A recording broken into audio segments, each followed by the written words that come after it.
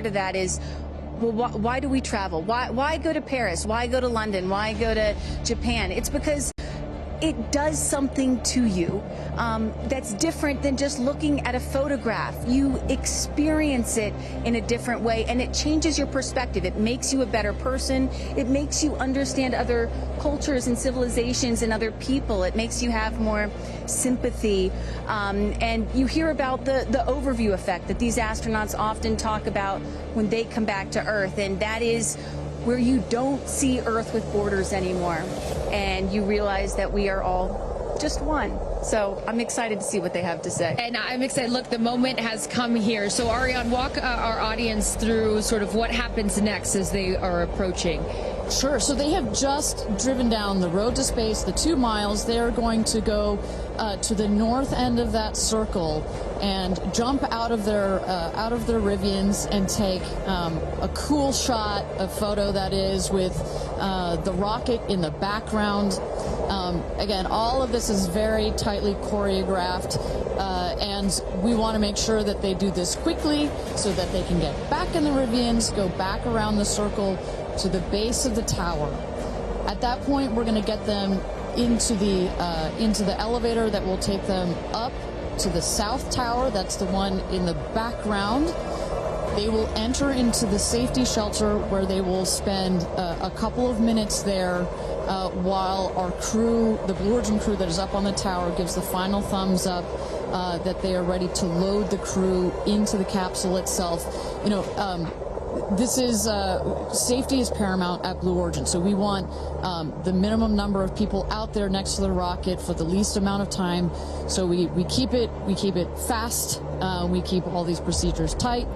But we got to do a quick photo shoot by the rocket. I mean, so good. It's history, you know? We got to capture that moment. And again, for those of you just joining us, this is something that I was not aware of. That beautiful rocket right there, News Trevor, didn't come out until this morning, right? So explain a little bit more for those people that are just tuning in, sort of how the setup works. Sure, that is correct. So at about 2 o'clock this morning Central Time, we rolled the vehicle out there. You see on the truck, with the capsule already what we call mated to the rocket. You'll see here in a moment the rocket, it goes very slowly, just want to make sure we take care of our baby as well. Goes out there, the truck will turn the vehicle vertical, and at that point we connect all the pipes and the hoses to the vehicle, and we start loading the vehicle with propellant. Right there, it's empty. That's for safety and security reasons. That's also, it makes it easier to turn vertical. We'll load the vehicle with propellants all the way up to the last moment. We put in there, you heard it earlier in our webcast, liquid hydrogen and liquid oxygen. Those are the two propellants that fire into what we call our BE3 engine, our Blue Engine 3.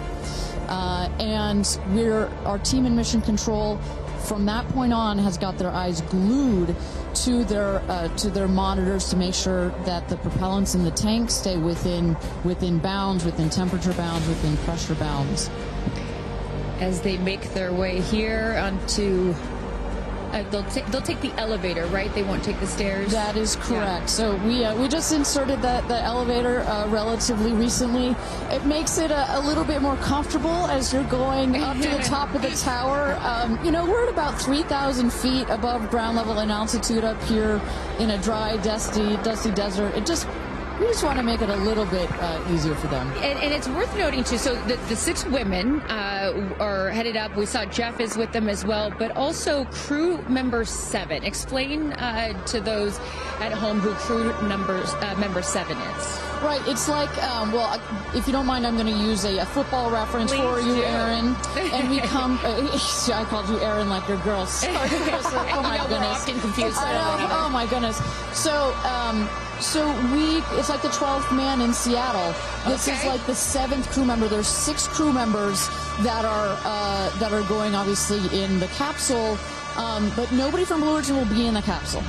It'll be the crew member 7 that has been training them. We saw Sarah Knights as the second driver in addition to Jeff Bezos. And then, a little confusing, we've got a second crew member 7 who is going to be on Capcom, or capsule communicator. Today, her name is Laura Stiles. She will be the person that is in are in our astronauts' ears, communicating with them, making sure everything's going okay, also telling them, hey, this is when you can unbuckle, and this is when you can... That's her right there. That's Sarah Knight's right there, exactly. And now we are looking at what? So now the crew, as well as you see Jeff Bezos there, have gone into the safety shelter, and we're gonna wait there. You see Sarah Knight on the right. She's gonna just communicate with the Blue Origin team that is at the other tower just next to the rocket to make sure that everything is set and sorted for them to do their final load. This happens very shortly here. We clock it at about T-minus 35 minutes, but we'll only do one already. And in case some of you are wondering what a safety room is or why it's there, it's, again, what Ariane was talking about. You want to keep these astronauts as safe as possible for as long as possible. Of course, they'll be safe when they actually get in the rocket, but just in case anything were to go wrong, we had the chance to go inside this room a few days ago, and it is, I mean, is it a bomb-proof room? Do you want to say that? I mean, it is. It is. Yeah, and you feel it when you're in there. You're like, oh gosh, now this it is feels real. Yeah. And after going up that elevator, you know, for us, I think that's the moment where we weren't even going into space, and all three of us were like, whoa, okay, it gets real serious. Yeah. But I love the access that we obviously have in being able to see these women before they go up. For those of you just joining us, we are T-minus 34 minutes to launch for NS-31, Blue Origin's 11th human flight. As you can see there, a little live look in as them saying some words before they take off. So I know that we had started to expand upon it and then took a shot of the astronauts. So what will they feel? Sort of walk us through the physical part of what they'll experience, Ariane, once they are in the capsule. So once they're in the capsule and they're ready for takeoff, first they'll hear the engine when it ignites. It sounds like a pop. Everybody, listening will also hear that. It sounds like a pop, and the engine roars. We hold the rocket down for about 7 seconds. Make sure it's all ramped up. And during that period, that can actually be one of the most, frankly, nerve-wracking times, because you start to, if you're in the capsule, you start to see the glow of the flame. And here they come. Here we go. Loading into the capsule. And the significance here of the bell, and I should note before I have you explain that, each crew names themselves. They have named themselves the 6 taking up space, as each one is ringing a bell. And the significance of that is what, Ariane? This is one of our traditions. All astronauts throughout history in various programs have had their traditions.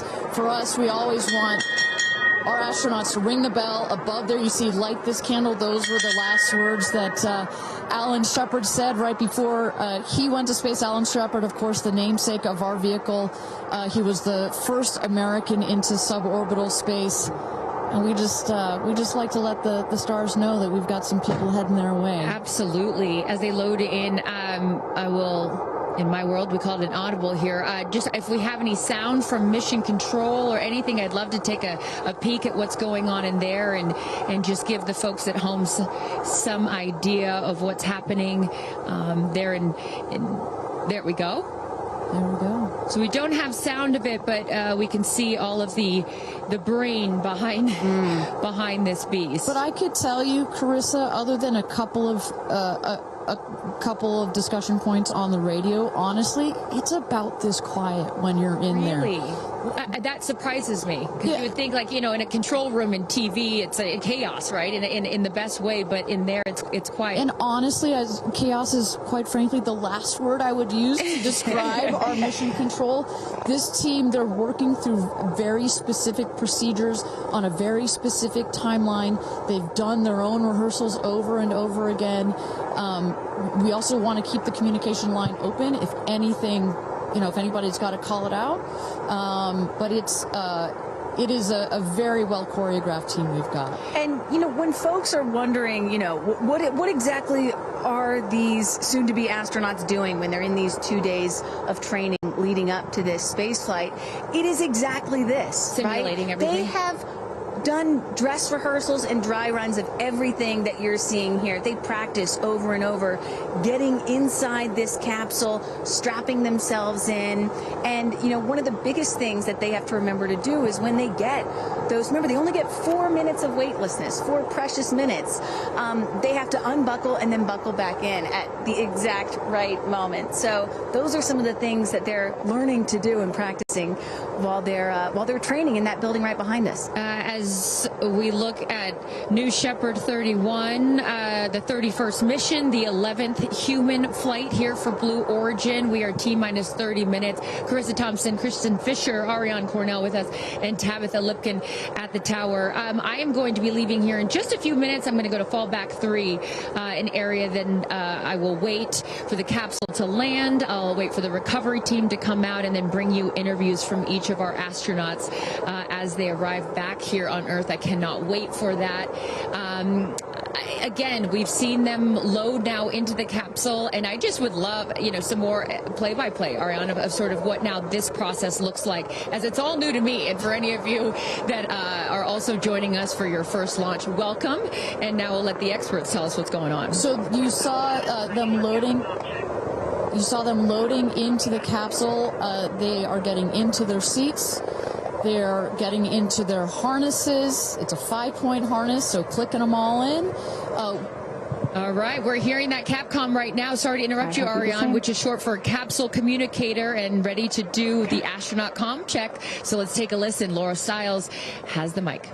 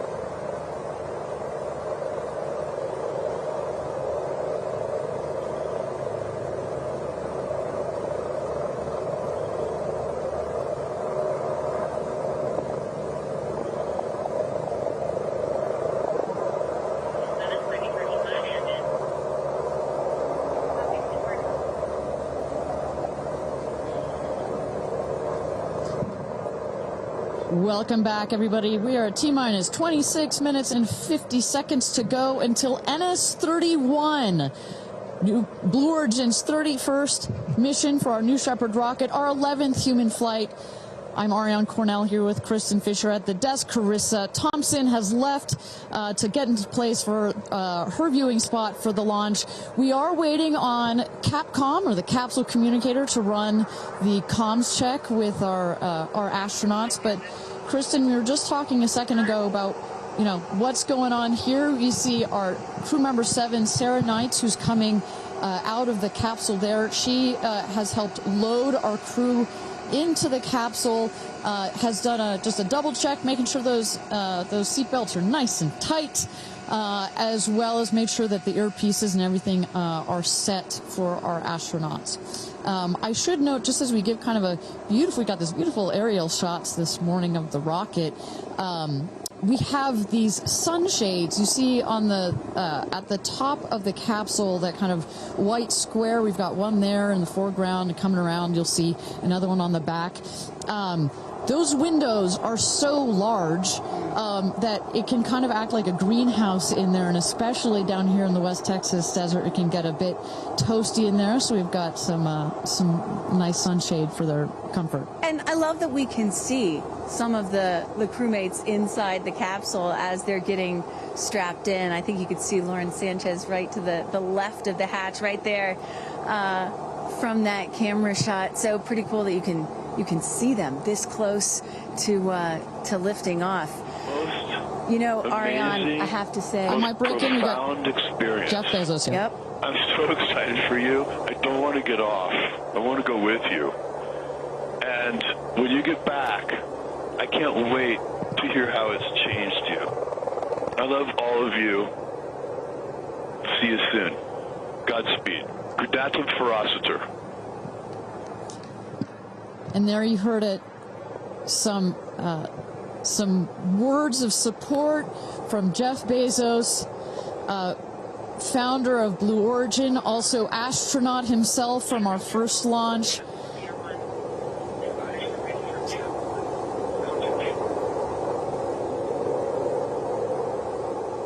So, of course, Lauren Sanchez is Jeff's fiance, one of her supporters. But as we mentioned before, we've got lots of friends and family that are supporting the rest of the astronauts here. They are out at the viewing tower. Let's turn it over to Tabitha. Tabitha, have you had a chance to chat with some of the family members out there? You know, a lot of friends and family have come out here, and it is an exciting vibe. I am standing by with two women who need no introduction. And Chris, I have to start with you. What is it like to be here, and what brought you all the way out here to this launch? Well, Lauren and Jeff, we're here to support our girlfriend and our friends, and I never thought that we'd be talking to you from a space launch. For sure. So this is a really unique experience, and we're just so honored to be here to support them and watch this amazing part of history. And I'm so proud of her. And I just feel like all of the female astronauts that are going to go up today. It's such a big day in history, and it's so empowering, especially my daughter is 7, and just to see something like this. And I mean, somebody said their grandfather was here that's 92, that they didn't even have transportation back then the way that we do now, and now they're going to space. It's pretty amazing. That's Aisha's grandfather, 92, came all the way here. That's where the story, I was like, I heard this story, and you know, he had no airplanes, nothing back in his day. Now he's seeing his granddaughter go into space. That's a beautiful thing. It's really incredible. And how does it feel also to be able to share this with multi-generations within your family? It's really something. It's just Kim keeps writing us because she was supposed to be here with us, and she's studying for law school, so she had a big test that she had to take.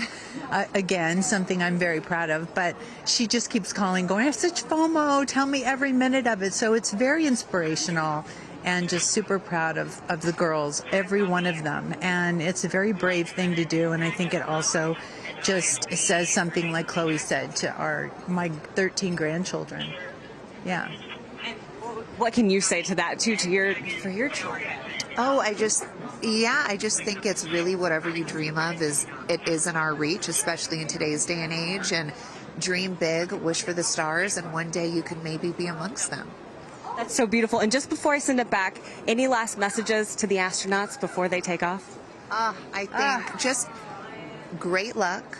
Be present. I mean, I'm so excited. I love the messaging that we keep receiving from the staff here at Blue Origin is don't film it through your phones, look through your eyes, be as present as possible. They will supply all the content that we need and to give to our families, but I love just being in the moment.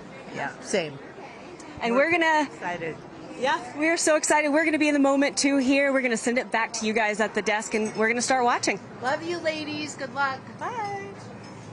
we had no idea that Chris and Chloe were going to be here, and we're about to be interviewed by Tabitha. So that was a nice little treat. They sure looked the part, you know. Oh, they're ready for their day out here in Texas. I love it. Yeah, and you know, for those of you watching, we're really in the middle of the desert. We're a solid 2-hour drive from El Paso. And as you were saying yesterday, Ariane, you know, you really get the sense like you start in El Paso and the more you get out here, you do start to feel like you're on another planet. I mean, it's got quite a moonscape, Marscape vibe. And our guests that are here today, as we just saw in Chris and Chloe, are dressing the part. Well, so let's bring it back to the real stars of the show, our astronauts. And one of our astronauts that we haven't heard from yet is Gayle King. She has obviously a lot of emotions going into this flight. Let's hear what she has to say from this interview with Tabitha Limkin just a couple of days ago. When I made the decision to come, there were only 3 people whose opinion matters to me the most. Favorite daughter Kirby, favorite son Will, and Oprah. That's my kitchen cabinet. And all of them said, I think you should do it. All of them, much to my surprise, including Oprah. I really thought she was going to say, nope, I don't think you should do it. And she was like, do it. She said, I really think you should do it because you've been talking about it.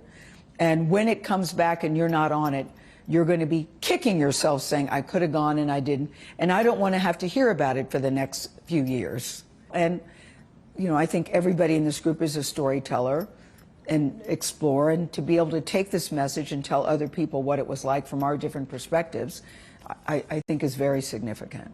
Do you have a message for the kids watching? You should always know that no dream is too big. You know, we have someone, Aisha, who was told when she was a kid, your dreams are too big, you need to dream smaller. No child should ever be told that. And so I want people to know no dream is too big. And also, LL Cool J said this to me once, dreams don't have deadlines. Isn't that good? That is real good. Dreams don't have deadlines. I've never forgotten that he said that, and I believe that as well. What are you taking up with you? Oh, I have a bunch of stuff. I have Luca. I wanted one of his favorite toys, so I have a Sesame Street character called Tamir. Tamir is this little black boy with great curly hair, so Tamir gets to go to space. I have a wooden cross that you can hold in your hands. It fits like in 3 prongs. And a stranger came up to me at the airport.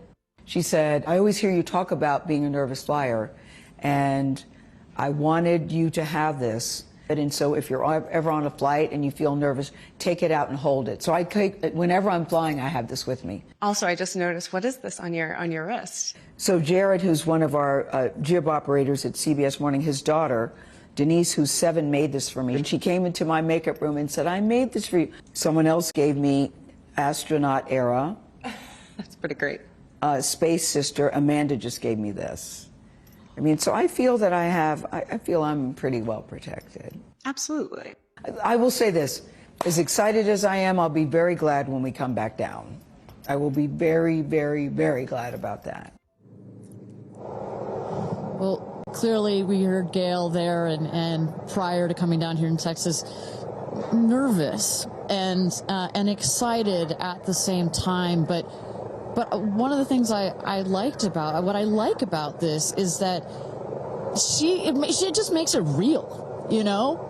Regardless of who you are, this is a nerve-wracking experience, and the fact that she's so authentic about it, but also, more so, she is stepping so far out of her comfort zone.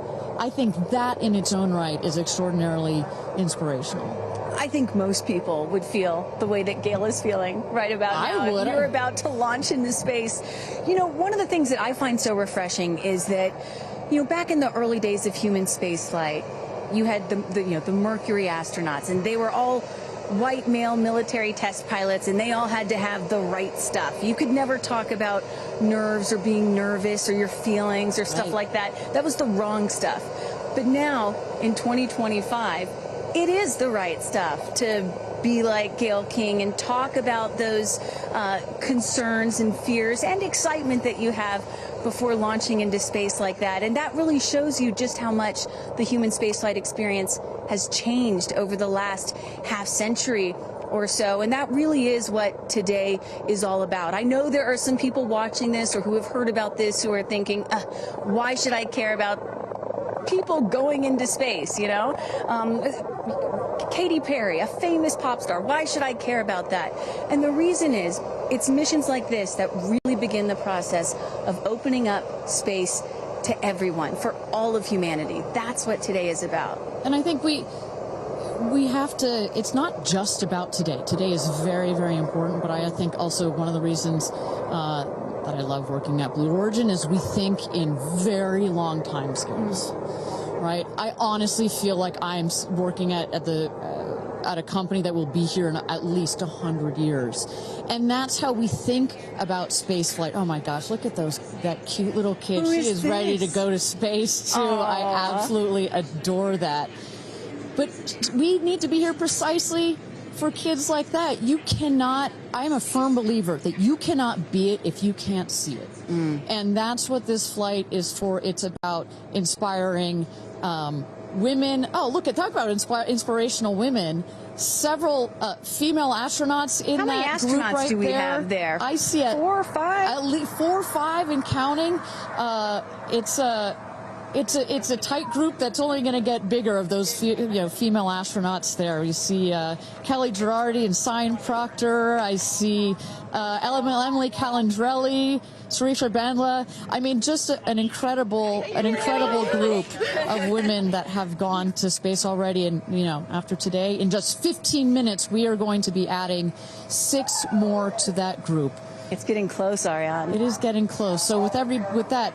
Thank you again, everybody, for joining us for NS-31, our 11th mission, human spaceflight mission to space here. We are at T-minus 14 minutes and 30 seconds. Just to give you a little bit of a preview of what is to come, at about T-minus 10 minutes, we are going to have the go, no-go poll. We're going to throw it back to mission control audio.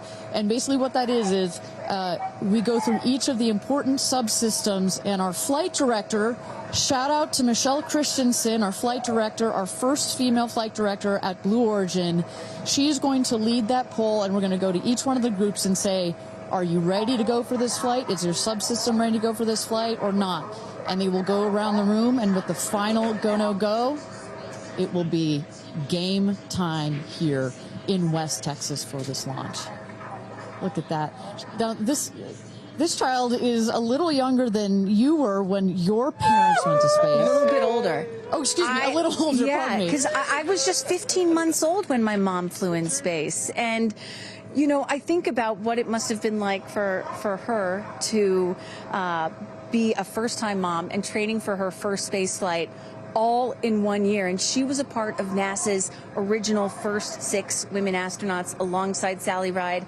Of course, it took them, those first 6 female NASA astronauts, 2.5 years for all of them to fly into space. Now, today, Blue Origin is going to send 6 women into space in a single day. I mean, that's pretty cool right there. Incredible perspective. Also, was your mom just 6 months? You were just 6 months old when she started training? She was assigned to her first space flight when she was 8 months pregnant with me. Can you imagine? God, I have a 6-month-old. I can barely fly down to West Texas from Seattle. She gave birth to me on a Friday and was back in the astronaut office on Monday. I don't recommend doing that. As a mom of 2 myself, you're a mom of 2, I probably wouldn't do that. But respect. She did, Respect, that's huge. But I've asked her, I'm like, why did you do that? And she said, because I felt I had to prove something. I felt that I had to, pave a trail for women to come. And so as I'm sitting here today, I'm thinking a lot about what she did, the sacrifices she made to make what's happening today. Again, it's not normal. Human spaceflight will never be normal or routine, but this is the beginning of making this kind of travel. We got 4 moms on board, a grandmother, making these types of people going into space very routine. Now, talking a little bit about that, getting back a little bit into the flight profile and what they're going to feel as part of this now routine flight. So The 6 astronauts are currently in the capsule right now, all strapped in, ready to go. Their audio is working. We are waiting for the T-10 here for the go no go poll. At T-0, you guys are going to, all of us will hear the pop. That's the ignition of the BE-3 engine. It holds down the rocket for about 5, 6, 7 seconds. Inside the capsule, they'll start to see the glow of the flame, and then they will lift off. They will take off. They are in a somewhat reclined seat, and they'll start to feel the G-forces on their body. And so kind of like sitting in a car that's accelerating, it pushes you back against the seat. That's the same here, except they're going up. They will accelerate to they'll have 3 Gs. So here on Earth, we're at 1 G. When you accelerate to 3 Gs, so like if you're 100 pounds, it feels like you are then 300 pounds. But Kristen, crazy. It's crazy. But in that reclined position, it's dispersed across your body. Bad. It's not as bad. It kind of feels like a weighted blanket. Oh. And then it nice eases and cozy. up. It's nice and cozy as it gets nice and dark. I'll take a weighted blanket right about now. But they're not, don't worry, it's going to get nice and dark, but there's no sleeping on this. They are going to have the most incredible view out of those windows. The capsule will separate from the booster. That's when they're going to feel weightlessness. They'll get the about 4 minutes to unbuckle, enjoy the weightlessness, enjoy the insane views out of those windows. They'll buckle back in, come back through the atmosphere. That's actually when they're going to have the peak G-forces. They peak at about 5 Gs. Which is kind of counterintuitive. You wouldn't think that you would feel the max G-forces on the descent, but that's when you do. But that's when you do, and it's kind of like, because you're coming back through the atmosphere, right? It's thin up there. You come back through the atmosphere. It's thick. It's kind of like diving into a pool. It kind of goes whoosh against you at 5 Gs, but then it eases back up. And we deploy the parachutes, and they come floating down at about 10 to 15 miles per hour for a nice soft landing here in the desert. At the last second, there's an air cushion that comes out. Go. Booster. Here's go, Paul. Go. Ground. Go. And go. Go. Safety. Go. Capcom. Go. Engineering. Go. This is the flight director. New Shepard is go for launch. Booster, commence terminal count. Protocol flight. Yeah, baby. Go for launch. My favorite words. It's getting real. T-minus 8 minutes and 51 seconds. Until our 11th human space flight, the first all-female crew flight to space. All 6 of our astronauts are loaded in the capsule, waiting for just 8 minutes and 30 seconds to go here. Now, Kristen, we just kind of walked through the flight profile, what it's going to feel like for our astronauts. Oh, we got Carissa up on the tower to chat with more friends and family. Carissa, who you got out there?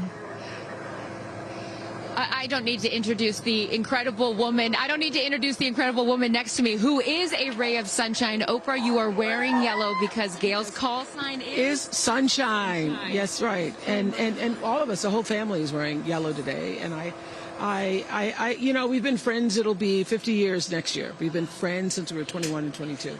And I have never been more proud of my friend than today. Never been more proud, because this is bigger than just going to space. I mean, I think for her, who anytime we're on a flight, she's in anybody's lap if there's the slightest bit of turbulence, has like real anxiety flying, and this is overcoming a wall of fear, a barrier. It's I think it's going to be cathartic in so many ways for her. She told us that she was surprised that you told her to do it. Why did you want her to do this? Because I think life is about continuing to grow into the best of yourself and the fullest expression of yourself. And I think that this is one of the most fullest expressions you can possibly have. And I know that I felt deeply that she would regret it. And I didn't want to hear about it for the next 15 years. I wish I had gone, you know. And I said, there's only one time that all the women are going up for the first time. You know, there will be other trips, but there's only one first time. Incredible. So to be a pioneer is great. What was the last conversation you had with her? I said, peace be still. Hold the God's unchanging hand. He's got your back. That's it. That's it. I know that as we're counting down here, we're getting excited for that go for launch moment. How are you feeling as her best friend? I feel so calm. I don't think I've ever been more calm because I think it's already done. Once she said yes, once she committed to yes, and Lord, did we all hear, should I do it? Should I do it? Since Thanksgiving, we've been talking about it. And so once she finally said yes, I was like, okay, we're going. It's a go. You know what I have loved is her vulnerability, because she's the voice of a lot of us that would be afraid, and she's okay to talk about being afraid. Why has that been so important to show that part? I think, you know, for every woman who's on this flight, it's about fulfilling something within themselves. For Gayle, it's about overcoming this great fear and also stepping into the moment of excitement. And I think, you know, it goes beyond this moment of just going up in space. I think this will be an everlasting experience. I was just thinking this morning, you know, Gayle has been there for me for hundreds of events. I can't even remember them, you know.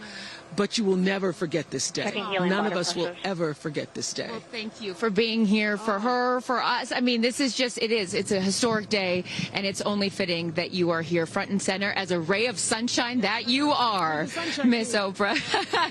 Thank you so much. Thank you so much. No time. You're next, you know. I'll send it back to you, Ariane. Thanks, Carissa. Wow, to see Oprah down here. No, I'm not besties with Oprah, not yet anyway, but if Oprah told me to do anything, I would do it. I don't think Gayle had a choice after Oprah said, girl, you got to do this. She had to do it. Ariane, we are under T-minus 5 minutes until these ladies hopefully launch into space. And, you know, you were just talking about what these women are going to feel when they launch. But let me tell y'all watching what we may hear, because we have one of the most famous singers on the planet on board, and there is a chance that we will get to hear the audio inside and hear what these soon-to-be astronauts are saying and possibly singing while they're weightless. So I can't wait for that moment. I'm also hoping she comes down to Earth and does like either a Fireworks Part 2 or E.T. Part 2. I think that's going to be, and I think, but let's stick on this point for 1 second, Kristen. I think one of the incredible parts about this crew is their ability to tell the story coming out of this in their own unique way. The way Gayle can go on TV and talk about it, Amanda can go and continue to advocate for women more broadly about it, the way Katy can sing about it, etc., the way Kerianne can produce films about it. That is what is so special about this crew in particular. And that is what's so special about this new era of spaceflight. This is not NASA. This is not governments. It's not the U.S., China, or Russia. This is the commercial era. These are private companies, and this is Blue Origin sending the first all-female crew into space since 1963. And this is all going to happen so fast in just a few minutes, about 10 or 11 minutes from launch to landing. And don't worry, guys, I did the math. In case you're wondering, total duration of this mission is just about 3 Katy Perry fireworks songs. So play that song 3 times. That's how long this mission's going to be. Fantastic. Well, so at T-minus 3 minutes to go until our 31st launch of New Shepard, our 11th human space flight. Just to tell you what's coming up here. At T-minus 2 minutes, we send the show over to the vehicle. It goes into autonomous mode. Command engine controller ready to start. We have our team, of course, in mission control that have their eyes glued to the screen there. There you goes, mission control, quiet and intense. There's one of our crew member 7's capsule communicator, Laura Stiles. She is communicating in the ear of our capsule, in the ears of our astronauts.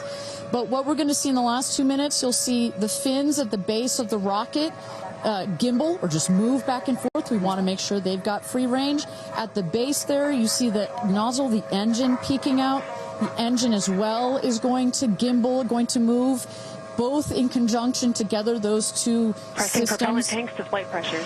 Those two systems guide the rocket. And when you are out there at this moment, this rocket feels like it is alive. It feels like it is a living, breathing, hissing thing, right? And there's the gantry pulling back from the rocket. T-minus 2 minutes and counting. Transition to onboard hydraulic pumps. And this right here is the moment that they've been training for.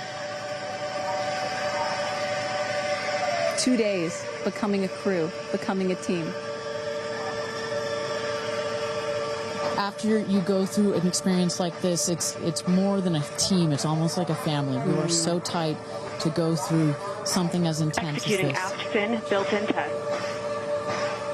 And everything looking really good, Ariane. So far from mission control, everything is clean and green for this launch. T-minus 1 minute to go here.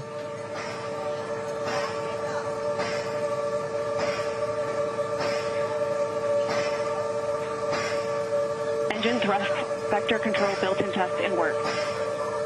Vehicle is now on internal power. So in a moment here, we'll see those, what they call the bit checks, the built-in test checks. As you mentioned, Kristen, inside the capsule, you know, as you said, this is like a bridled beast. This thing wants to take off. Switch to onboard helium. Here we go. Good luck and Godspeed, ladies. We're cheering you on from Let's planet launch Earth. this Thrust rocket. termination system is armed. T-minus 22 seconds and counting.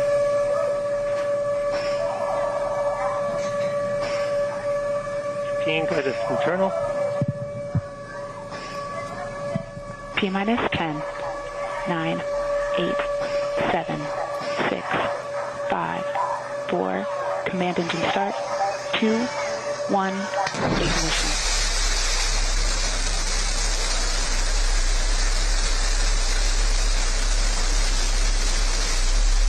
Liftoff.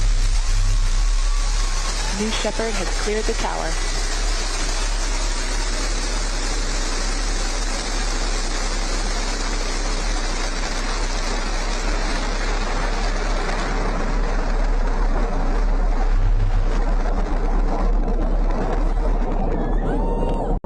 Flight. 6,000 feet climbing.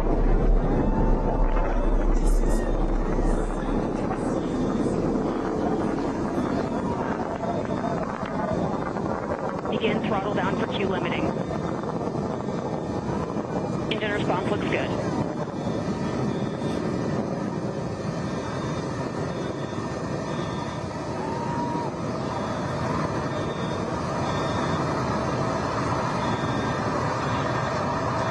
Max Q, maximum dynamic pressure. Mach 1, vehicle is supersonic. Engine back up to full throttle. Supersonic, we have passed through max Q, maximum dynamic pressure. That's when the vehicle, the stresses between the atmosphere and the speed are at the maximum. So to punch through that is so important. You see the BE3 engines is firing beautifully. You see the stream of steam behind it.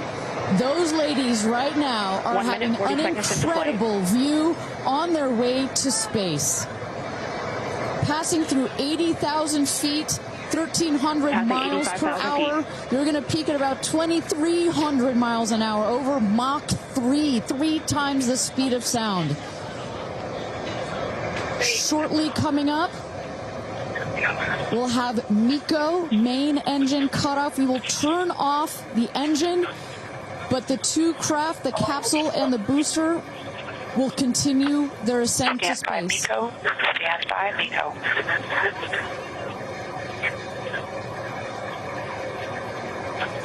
And there you saw the main engine is turned off. We're now going to separate the capsule from the booster, and at that point, Kristen, that's when all 6 astronauts are going to start to feel the weightlessness, and shortly thereafter, we're going to let them unbuckle. And that right there is the most critical milestone of this whole ascent. Oprah watching her best friend go to space.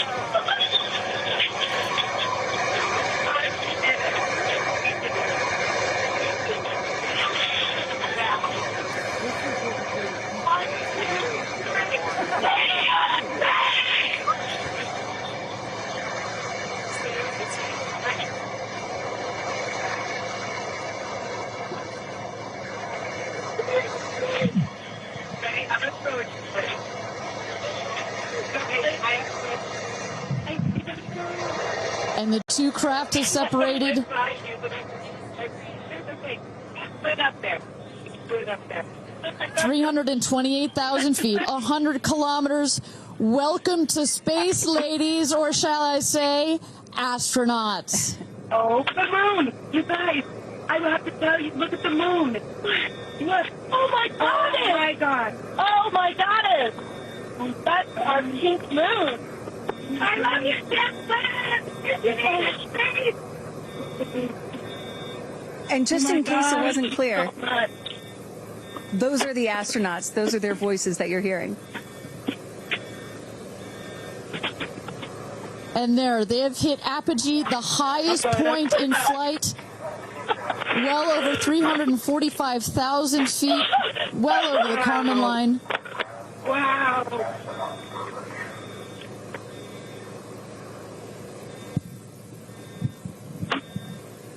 And at this moment, the astronauts have unstrapped from their seats. They are floating. They are weightless.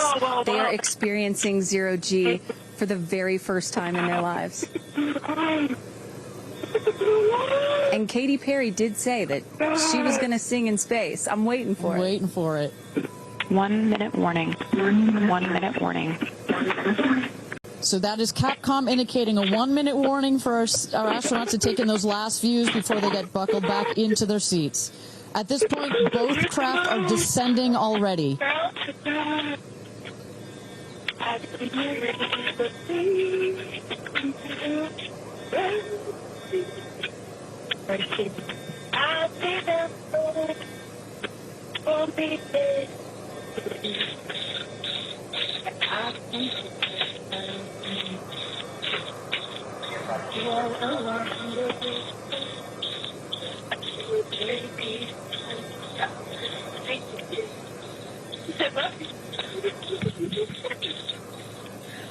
my God, guys,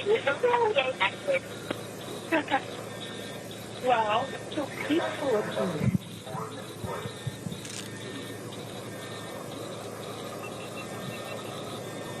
And you hear Dragon, report status. Copy, with report status.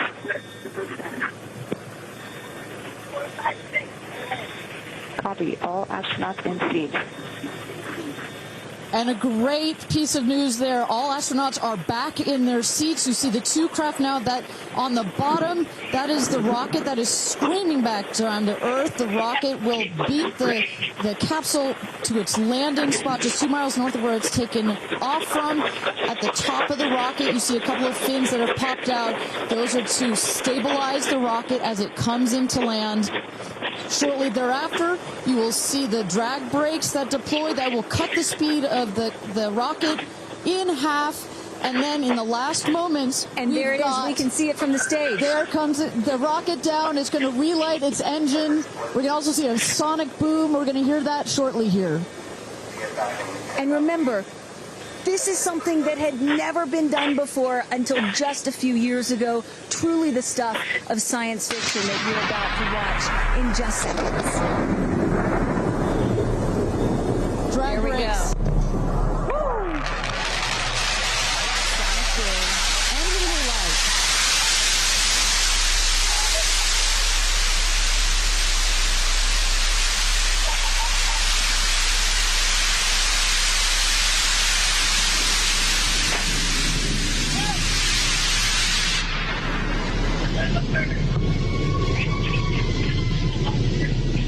And booster touchdown, welcome home, New Shepard. Picture perfect landing right there. Picture perfect landing. Right on target. See that dust kind of creates this dramatic cloud that reveals the beautiful rocket that has just taken these ladies up to space and back. And I love the echo across the mountains. Is that what I was hearing there? That's what you were hearing. You heard the sonic boom, then you heard the engine relight, and all of that reverberates in this big, beautiful valley in West Texas. Stand by, folks. Stand by, folks. All right, shortly here, we're waiting to see the drogue parachutes deploy from the crew capsule. Those are like the guide parachutes. There go the drogue parachutes. Just free falling right there until those drogues came out. And then next will be the main parachutes that get pulled out. Hear that screaming inside the capsule? And all 3 parachutes reefing, and they will slowly inflate, slowing the capsule to a nice, smooth 10, 15 miles an hour. They are cruising back home. 3 good parachutes.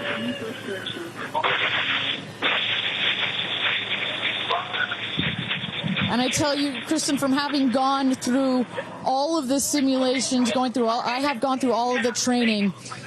They put you in the capsule that simulates all of this, including the sounds, and when you hear the motors of the parachutes pop out, that is the best moment in flight. Because I know Blue Origin does everything they can to make this as safe as possible, and y'all have an impeccable safety record, but it still has to feel really good when you know that you're coming back to Earth with those parachutes fully deployed.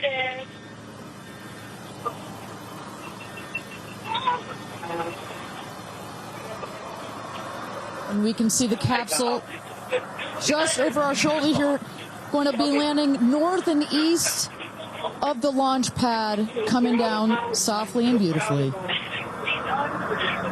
500 feet.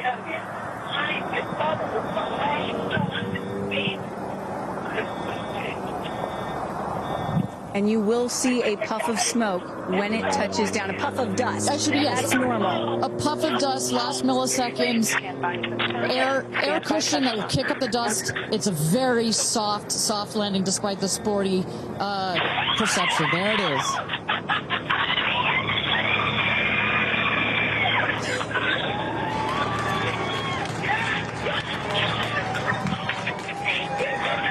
Touchdown. Congratulations and welcome back to Earth. Do status check. Double shot. Kristen, just some incredible images there. The capsule. Copy. Welcome back. Heather. Nice. Let's wait for Aisha just a moment here. Make sure they're doing health checks in. Beautiful. Dragon.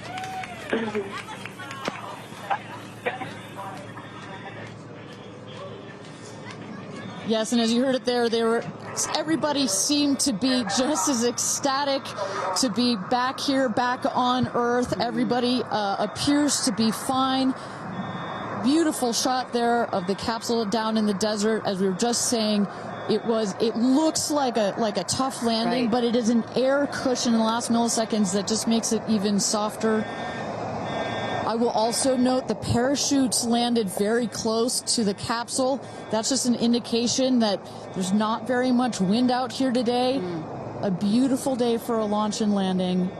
A beautiful day to add 6 more names to the roster of astronauts that have been over the Kármán line into space. Carissa Thompson, what's the view from your road to recovery in the truck? Oh my goodness, you guys, as I've told you, this is my first launch. So standing out here with family, that moment of watching the rocket, and both incredible emotions, relief, excitement. You saw Oprah's emotion, Orlando Bloom, as I was walking jump in the car to go meet everybody and recover, he was like pretty good. So I can only imagine how these astronauts, now that we can officially deem them astronauts, are going to feel. I can't wait to get their reaction. We are headed out there now. I will check back in with you as soon as I have them. Sounds good, Carissa. And as everybody can see, she is those recovery crews are screaming out there. So we actually send them out as soon as we spot the capsule.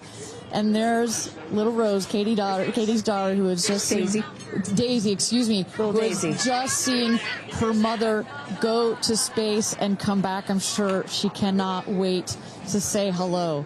So, but as I was mentioning, the recovery crew is heading out there. We send them out as soon as we can see the crew capsule and spot the crew capsule descending.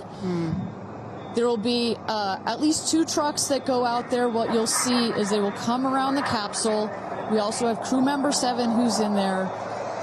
She will run out, go around to each window, make sure that each astronaut is fine, and the recovery crews will safe the capsule before we exit the astronauts. You know, it's hard to pick a favorite moment, right? Launch, landing, it's all good. But the moment coming up might be my absolute favorite, right?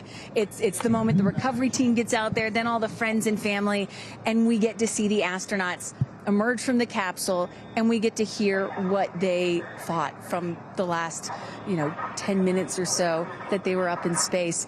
And I think one of my favorite things that I've ever seen in covering space, certainly with Blue Origin, was that moment for William Shatner, Captain Kirk, as he emerged from the capsule. And this is exactly why you want to send people that are not just professional astronauts into space. What he said was so moving that day. 100% agree. But it's not just the astronauts that are here that are being moved by this event. We've got Tabitha that's with some of the friends and family out there. Tabitha, give me an update from the viewing platform. I mean, not a dry eye in the stand, I tell you right now. Chloe, I just want to know from your perspective, that moment, what was it like? I don't think I realized how emotional it was going to be, and I literally had chills all over my body from the second it launched until the moment I just saw it land. And it's sort of hard to explain, because I don't think you would be that emotional, but it's incredible. It takes your breath away. And I feel like I have all this adrenaline and I'm just standing here. Right? It's very true. Same. It's really, first of all, we're so thrilled that the girls are safe and everything went so well. And so that's a relief, because, I'm sure there's a lot of nerves up there, but to hear the girls screaming and having such they said they saw the pink moon. Yeah. I heard the audio. I was like, that is the coolest thing. So I cannot exciting. wait to get the footage from inside and to see that. I want to hear every little emotion that they had, and we can't wait to see the footage from inside. What are the chances? The pink moon, the rocket launch. It's so exciting. It's a great day. It's been a pretty phenomenal day. So when are you guys going up is the real question. Oh my gosh, I don't know. But this made it a little more enticing, I will say. But I don't know. But I've learned to never say never. Right. That's right. You can go on behalf of the rest of us. But thank you. I think we'd all drag you off of the tarmac before we let you go up. But, I like you being an observer. Okay. Yeah. We love being able to share this experience with you, and thank you for sharing how you feel out here with our audience. So it's been really, really incredible. So yeah, the emotions are high because it's so exciting and energizing. And gosh, Kristen, Ariane, I don't know what to say. I did cry. I didn't think I was going to cry, and I cried. Tabitha, I love you putting them on the spot there. Chloe and Chris, are you guys going up? Keeping up with the Kardashians In space.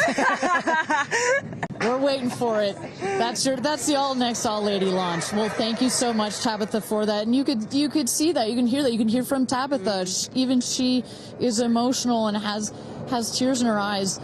When you're down here for one of these launches, and Carissa, when we get her back on the line, I'd love to hear her thoughts on this. The intensity and the energy and the emotion out here, even though you're in this remote place, but it all gathers here in this valley, and it's really intense. No matter how many times I've seen all 31 of our launches, it gets me every time. Well, anytime somebody says, I don't get it, what's so exciting about space? Come to a launch. Come see a launch in person, and then you'll change your mind. And, as we await the moment where these astronauts emerge from the capsule, I'm reminded of what William Shatner said on his mission. He said, "What you have given me is the most profound experience I can imagine. I hope I never recover from this." And I love that. I hope I never recover from what I just experienced. And one of the neat things about this is these women were not in space for several days where they had time to get acclimated to it. They only got 4 precious minutes of weightlessness. And so that high, that feeling of, ooh, I want more of whatever that was, is still so fresh, and you really get to see that when they step out of the capsule. We catch our astronauts. I mean, their minds are still in the process of being blown when they come out of the capsule, and Carissa is going to capture those moments for us shortly here after we get our recovery crew. You see there some of the friends and family have already started lining up there, while the recovery crew, you've seen some images. As I mentioned, they're safing some of the systems on the capsule. We want to release all of the excess air and gas that created that nice air cushion. We'll remove the parachutes, make sure nothing gets tripped up. Also, we reuse those parachutes. And then crew member 7 will take the stairs up to the hatch.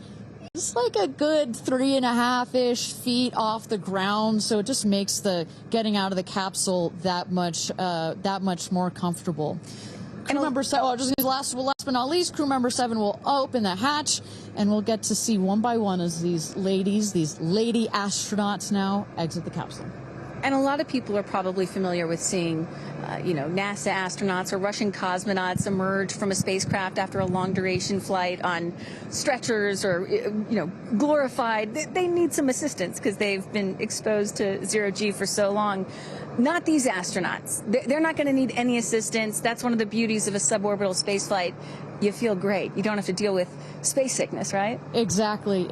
And that's, to that point, this flight, because you're basically going straight up and then over the Kármán line and straight back down, some astronauts, I think you mentioned your mother may have experienced a little sickness up there. You don't in this one because it's just once up and once down. And you get that nice zero-G floating sensation and you buckle back in. You don't have it's not as extreme. So do you have an astronaut that you're looking forward to hearing from the most? It's really hard to pick. Yeah. I have to say I'm a huge Katy Perry fan, so I'd love to see what her feelings are. Also, as a mother, our kids are close in age. What does that feel when you have young children? You saw her get so emotional in her pre-flight interview. Is that still the weighing emotion, or is she still just, oh my God, I saw the stars, I saw the curvature of the Earth? What's going to come out of her mouth, but really her heart? And is that Jeff Bezos out there right by the capsule? Kind of hard to see. That is correct. That is Jeff Bezos, our founder, on the left, as well as Sarah Knights, our crew member 7. And I just want to thank our viewers for joining us. NS-31, New Shepard's 31st mission to space, our 11th human space flight. From all parts of this flight, for the booster, for the capsule, for our astronauts, a completely successful flight, one of the smoothest flights we've had so far. And we're now just awaiting the opening of the hatch so we can get some views from our 6 new astronauts. Belts. And I would imagine Lauren Sanchez in seat 1 will be coming out first. That is correct. They'll go. She's in seat 1, which is next to the left, the left window there. She will go first. And then last in number 6 is Kerianne. That is the window on the right. Sky Canyon.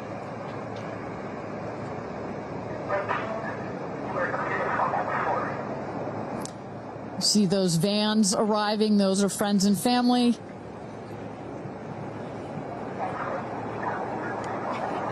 And that's Kerianne looking out the window, in the window to the right there.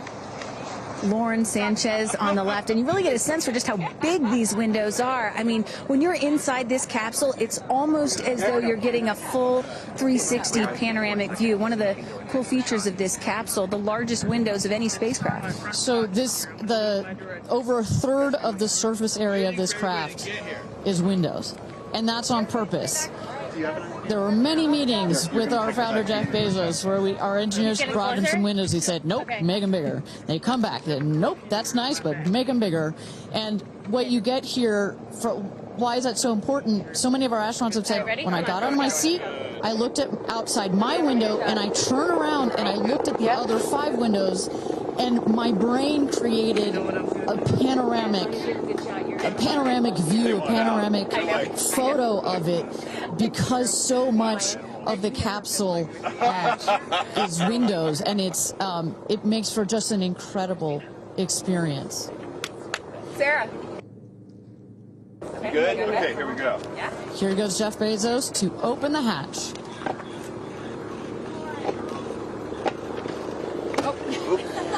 She didn't really close it again. Come on out, guys. Yeah, of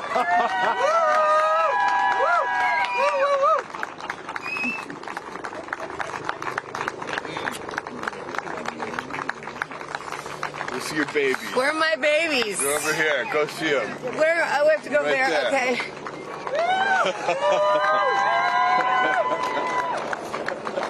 Katie!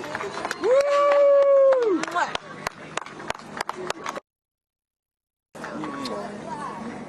Thank you. Thank you.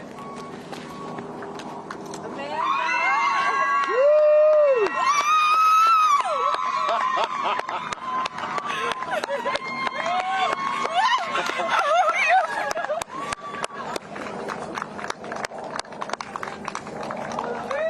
Aisha!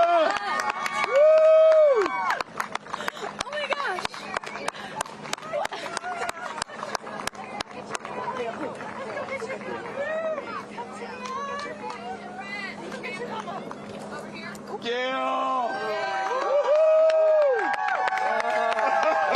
I just have to have a moment with the ground. Let me just appreciate the ground for just a second. Thank you, Jesus. Oh my God. That was amazing. Yeah. That was amazing. I'm so proud. So proud of you. Oh, there we go.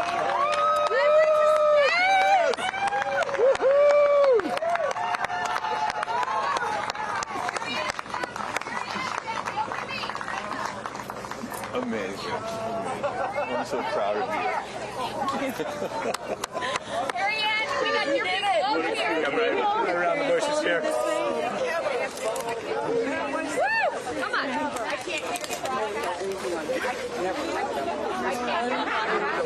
I have no, it's not working. So someone just tell me when we're on. Does anyone have our on? All right, and you just saw it there. All 6 astronauts coming out, all ecstatic. Katy Perry and Gayle King both kissing the earth. Very happy to be back down here, but clearly ecstatic. I don't know about you, Kristen, but my favorite was Lauren coming out and saying, "Where are my babies?" Oh. And I also loved Katy Perry holding a daisy, I believe, and holding the daisy up to the sky after her daughter Daisy. Sweet moment. With that, let's turn it over to Krista Thompson standing by outside the capsule. I don't really have words for it. Oh my God, Lauren, I want to cry just seeing you. I'm so proud of this crew. Like, I mean, Gayle, you know, we were just talking in the capsule, doesn't even have ear piercings. She's so afraid to do anything. And she got in that capsule, and I think, like, it profoundly changed her. I mean, for me, I can't put it into words, but, like, I looked out the window, and we got to see the moon. And it was pink. Was it pink? Full moon. It wasn't pink, but it was almost full. And Earth looked so, it was so quiet. It was just quiet. And is it what you expected? No. Better. Yeah. I don't think you can describe it. Because, you know what I was saying? It was like quiet, but then also really alive. And you look at it and you're like, we're all in this together. Like, that's all I could think about is like, we're so connected, more connected than than you realize, because you just see right here, you see like, states and all these things that like divide us, but we're not. And what is your emotion? What makes you emotional? Joy. Complete and utter joy and gratefulness. Like, it makes me want to come back and just hug everyone and be like, oh my God, we're in this together. Like, that's what this is. And Jeff had told you that it will change you more than you know, and I know you're only a few minutes removed from the capsule, but I can tell already. Emotional. Yeah. To be this I did. I'm like, I don't cry that often. So I didn't expect to be this emotional, but it's also all the love that was in that capsule, and all the heart and the feelings and all the things, and like seeing Jeff before I left, I just went, I had to come back. I mean, we're getting married. If I didn't come back, that would be a bummer for me. Only you, by the way, would say this to me. You said, Jeff, if you don't want to marry me, you don't have to send me to space. Don't have to send me to space. What an incredible experience for you. But the fact that when you're in there, we got to hear some of your audio, but give us some of those moments when you guys, just from the second you took off to the second you landed, describe, if you can, for us what we didn't get to hear. It was a feeling of joy and and camaraderie. It was a feeling of gratefulness. It was a feeling that we're doing this. And Alan Shepard, I told you about this, did this same exact flight, and he became the first American in space. And 6 women just did the same flight that he did it. Oh, I just want to keep hugging you. It's really cool. Yeah. And I hope that more people get to see this, because I feel, I don't even know how much it's going to change me. And I want to thank the Blue team. I mean, look at them. I mean, they work so hard to make sure this vehicle gets up and safe. And I'm so proud of you. I'm so proud of you. It's one thing to say you're going to do it. It's another thing to actually do it. And I know there's a phrase in your family that life takes off on the other side of fear. And here you are, just having landed back on Earth. And now you are officially, Lauren Sanchez, already adding to your extensive resume, you are an astronaut. Congratulations. Thank you. I'm very excited. I'm excited to share it with the world, and I'm so grateful to everyone here. I love you. Go be with your family. But to process and download what just happened to me. Well, get on in here, Amanda. Someone that can now articulate exactly how Lauren is feeling. Lauren being so candid about overcome with emotion. How are you feeling? I know, Amanda, this has been a dream of yours, a long-awaited dream, and now it is finally official. You are an astronaut. Congratulations. Thank you so much. I usually have nice words to say, but in this moment, I just want all survivors to know that you can heal. No dream is too wild, and that if it's so wild out there, like going to space, you can absolutely make it through, and it can absolutely be possible. You mentioned to us prior to going up, you said that you needed to go to space to heal. I know you're only a few minutes removed from this incredible experience. Do you feel healed? I had a zero-G indicator that I didn't know if I would bring, and I ended up bringing it. Okay. And explain for the folks at home that don't know what that means, what it is that you're holding. Yes, the zero-G indicator is something all astronauts have that floats once you hit space, lets you know you're there. I brought a promise that I wrote to myself. I've talked about that. And share for what is this right here? Yes, and this one I didn't know if I would bring, but I ended up bringing it and floating it, and it's the hospital band from the day. And I got to honor her today, and I'm so grateful to the thousands of people, the engineers, the scientists, just everyone who has made this a reality. And you also have written here, I know that you had this on your laptop, right? Yes, that's right. This is my zero-G indicator, a promise I made to myself that if I were to pause my astronaut dreams and fight for rights, that one day I would return to her. And it says, never, never give up. Well, those dreams are no longer on hold. You are finally an astronaut. Congratulations. Enjoy this moment with your family, and thank you for sharing it with us. Thank you, Amanda. Kerianne, you said to me yesterday, you said, when I get out of that capsule, I'm going to be an emotional wreck. And I think what I will just say, for anyone that has never had the great privilege of being here, this is my first time at a launch, and it is very emotional. Describe, if you can, how you're feeling. I have almost no words. It was the most incredible experience of my life to be up there and see like such vast darkness in space and look down on our planet. The moon was so beautiful, and that was like, I felt like that was a special gift just for me. I'm so sorry. No, don't apologize. Are you kidding? You just went to space. You just went to space. This is it. And like knowing that everything, like everyone I loved was standing down there looking back up at me. And I just hope that these types of experiences, clear a path for everyone to be able to do that. You told us a beautiful story about your son when you told him you were going to go to space, and that, get over here so I can hold you, and that he went back to school and he was all excited to tell his friends that his mom was going to space, and they said, your mom can't go to space. Moms don't go to space. Well, guess what? This mom just went to space. Congratulations. You are officially an astronaut, and I know you're wearing a very special necklace from an incredible group of people that you hold near and dear to your heart. What would you like to say to them watching? I'm wearing a few necklaces today. My dear friends threw me a blast-off party and gave me this feather, which obviously represents the Blue Origin logo, and it felt so special to have it close to my heart. And in space with me. And I feel like it helped me take all of them with me on this journey. Yes. Well, I will let you go enjoy this historic moment with your family, and thank you for sharing it with us. Congratulations. You're an astronaut.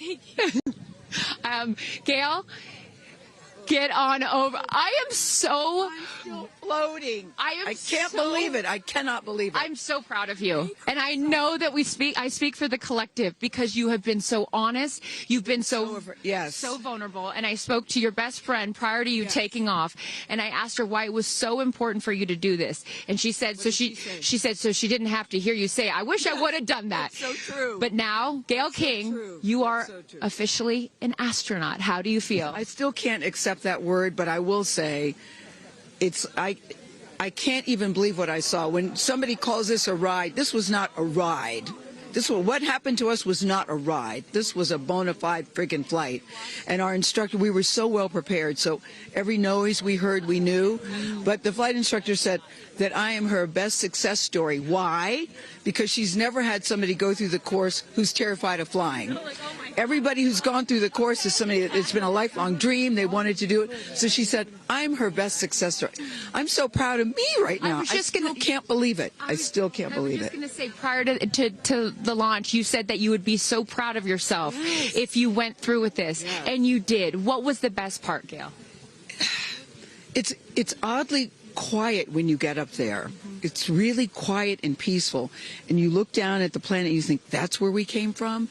And to me, it's such a reminder about how we need to do better, be better.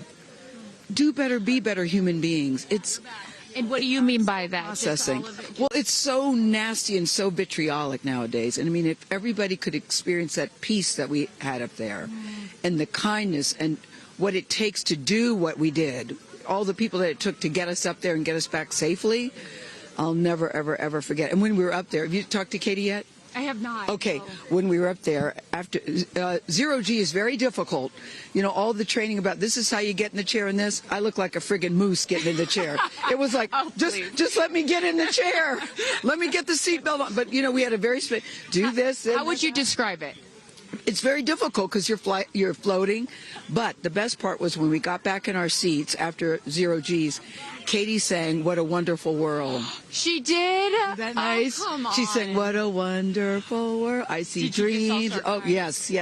Oh. Because we'd been asking her to sing all the time, and she wouldn't. And then, because everybody said, sing roar, sing fireworks. And she said, it's not about me. I wanted to talk about the world. Wow. No, isn't that nice? You got to ask her about that. That's really special. And when Lauren got out, she was overcome by emotion for a lot of reasons, and rightfully so. But she spoke to the group and how close you guys have all become because of this experience. How would you describe the camaraderie that you guys now have together? I would say that we are forever bonded, because you can't go through what we went through to look out for each other, to help each other, and not be changed by that. You know, it really is a true. People throw the word around, but it really is a true sisterhood. But it speaks to how we you know what? We were set up for success. The training was so, I can't stress this enough. The training was so friggin' good. We were set up for success. And it went exactly as they told us it was going to. Every boom that you heard, the drones, the drogues coming out, the parachutes coming out, it went exactly as they said. Are you glad you did it? I am glad I did it. I am glad I did it. Yeah. I am very glad. I have no regrets about doing it. What would you say to people watching right now that are scared, that are fearful of anything? What would you say to them? Well, I just said I'm stepping way out of my comfort zone, because this is so not like me. I said up there, I might now get my ears pierced. I've always been afraid. Which is great. I love that you've never had your ears pierced. No, even Hootie at the training center. You don't have your ears pierced? I go, because it hurts. Oh, my gosh. But I mean, for people that are afraid, Eleanor Roosevelt once said, courage is doing something that scares you, but you do it anyway. And I stepped out of my comfort zone in a way that I never thought was possible for me. And now that I've done it, I really do feel I can take on anything. Anything.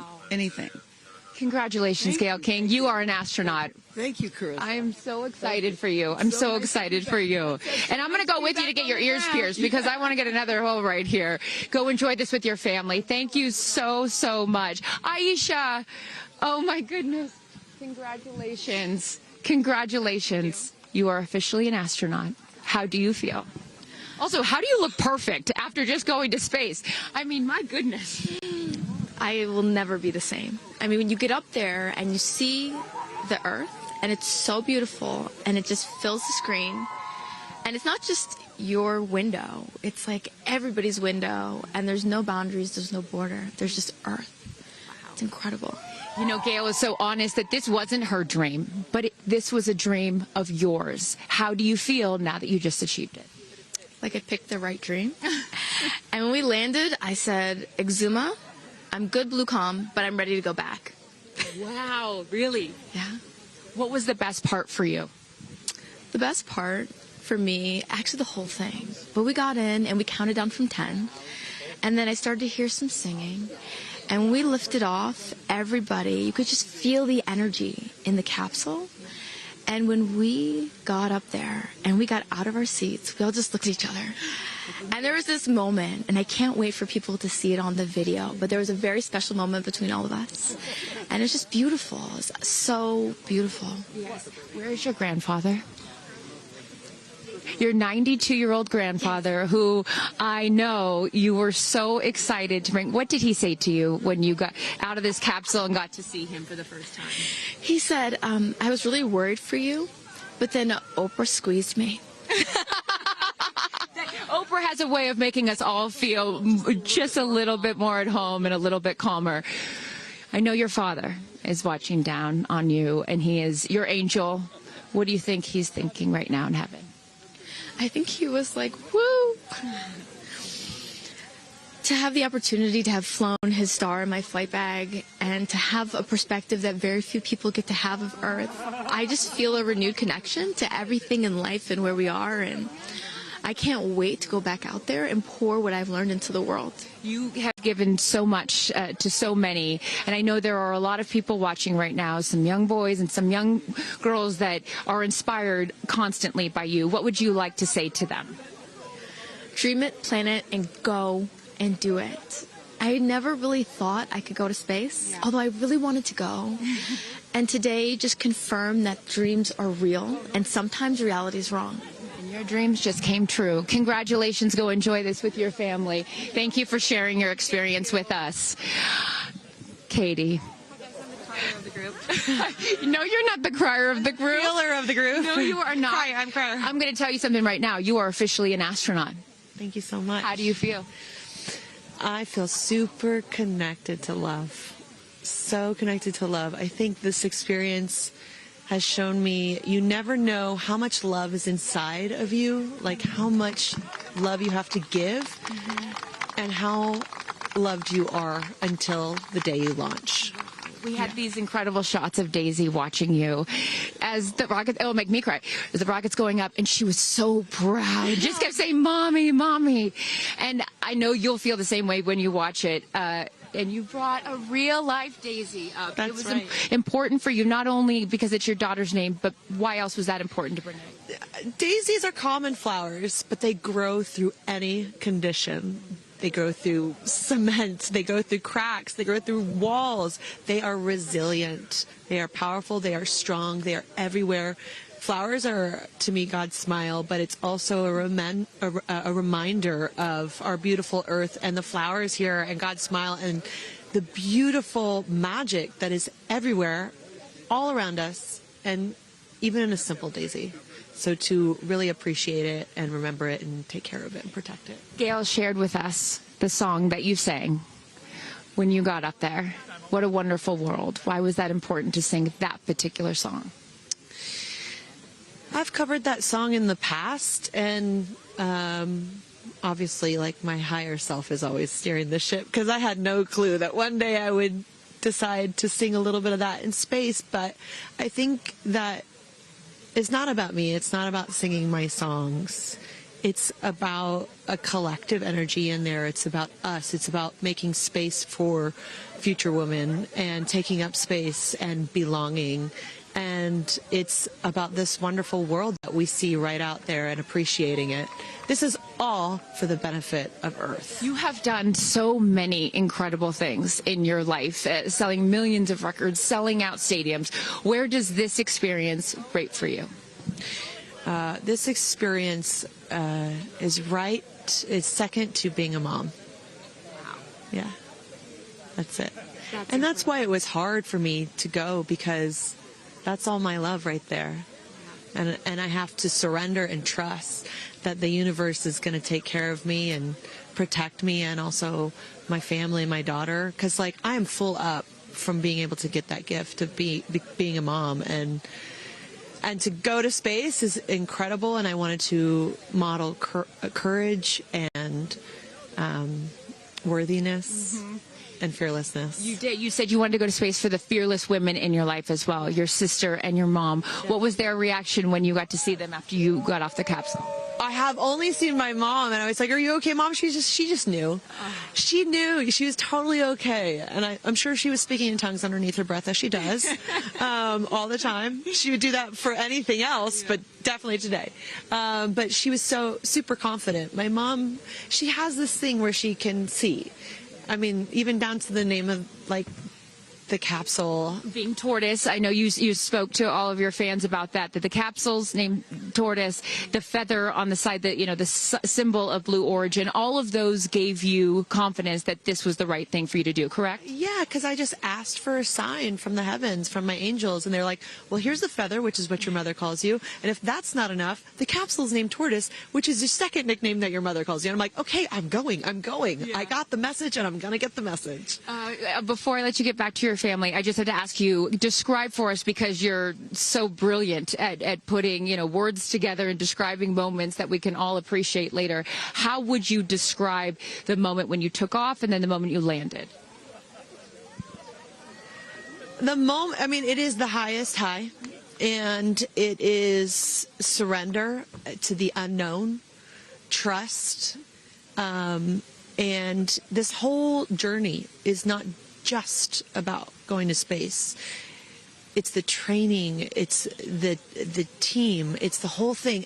I couldn't recommend this experience more. This is like up there with all the, you know, different tools that I've learned in my life, from meditation to the Hoffman process. This is up there because what you're doing is you're like really finding the love for yourself, because you got to trust in yourself on this journey, and then you're feeling the love when you come down, for sure, and you're feeling that strength. So I feel really connected to that strong divine feminine right now. By the way, you're such a badass. I love that the month of April, you're like, I'm going to space and I'm launching my tour. I mean, it's really incredible.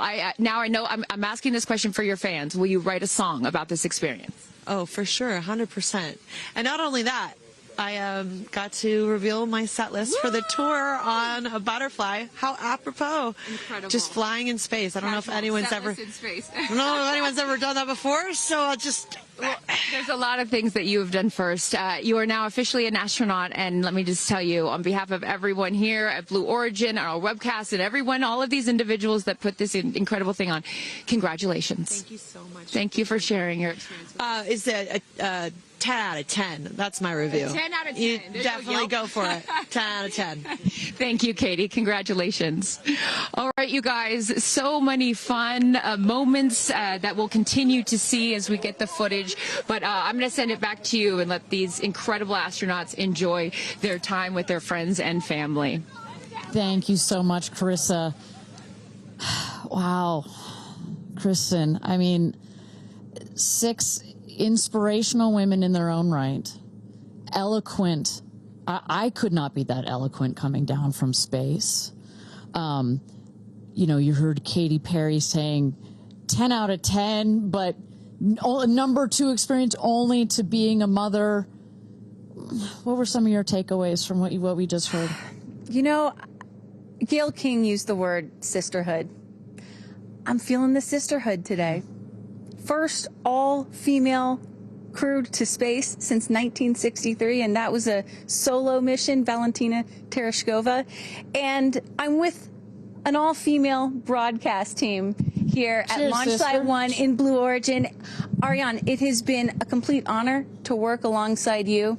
It has been such an honor to watch all of the things that these women and their loved ones have said about what this experience means to them, because I am a firm believer that if you don't understand why people come out here to watch a space flight, it's just because you haven't seen a launch yet and you haven't been a part of this experience. And I truly believe what we witnessed here today is something that will continue to open up spaceflight and this experience for all of humanity and our little ones at home. 100%. You know, I said it earlier. You can't be it if you can't see it. And to see these 6 women go up and the roles that they have played before, but I can't wait to see the roles that they play afterwards in their way of telling this story for the world to hear, to experience, to see. This is just the beginning. So I want to give a shout out to them, because as you saw, that is coming out of your comfort zone, whether you wanted to go to space or you're like Gayle and you didn't anticipate it. Thank you for trusting yourselves and to their families and trusting their loved ones with Blue Origin. We are very proud to do that. I'm so proud of Gayle King, too. I wonder if she's still afraid to fly on airplanes after flying to space. Have we cured her of her fear of flying? I don't know. We've cured her for getting your ears pierced. So there like, we go. Baby We'll take steps. that one. Let's start with that one after this not so baby step. Aw. Look at that beautiful shot. And now the party starts, right? Can we pop some champagne and celebrate a little bit later? Let's do it. It's only 9:20 a.m. It's not too early. 5 o'clock somewhere, baby. All right. What an incredible day. Just for all of us, for our astronauts, for our Blue Origin team. It was an honor to fly you to space. And if you would like to follow in the pioneering footsteps of these astronauts and purchase a seat to space, visit blueorigin.com and click Fly to Space. Your own journey to visit the Kármán line is much closer than you think. If you'd also like to purchase a mission patch to commemorate today's launch, head to Blue Origin shop for patches and much, much more. For Kristen, Carissa, and Tabitha, I'm Ariane Cornell. Thank you so much for joining us. And until our next launch, Gradatum Ferociter.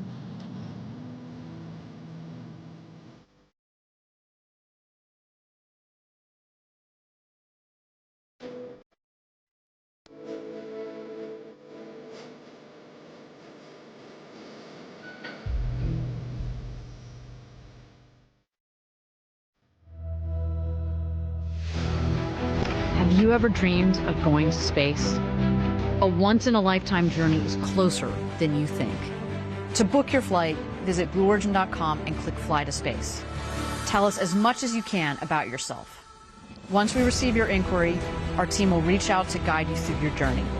It's your time to join the new generation of astronauts.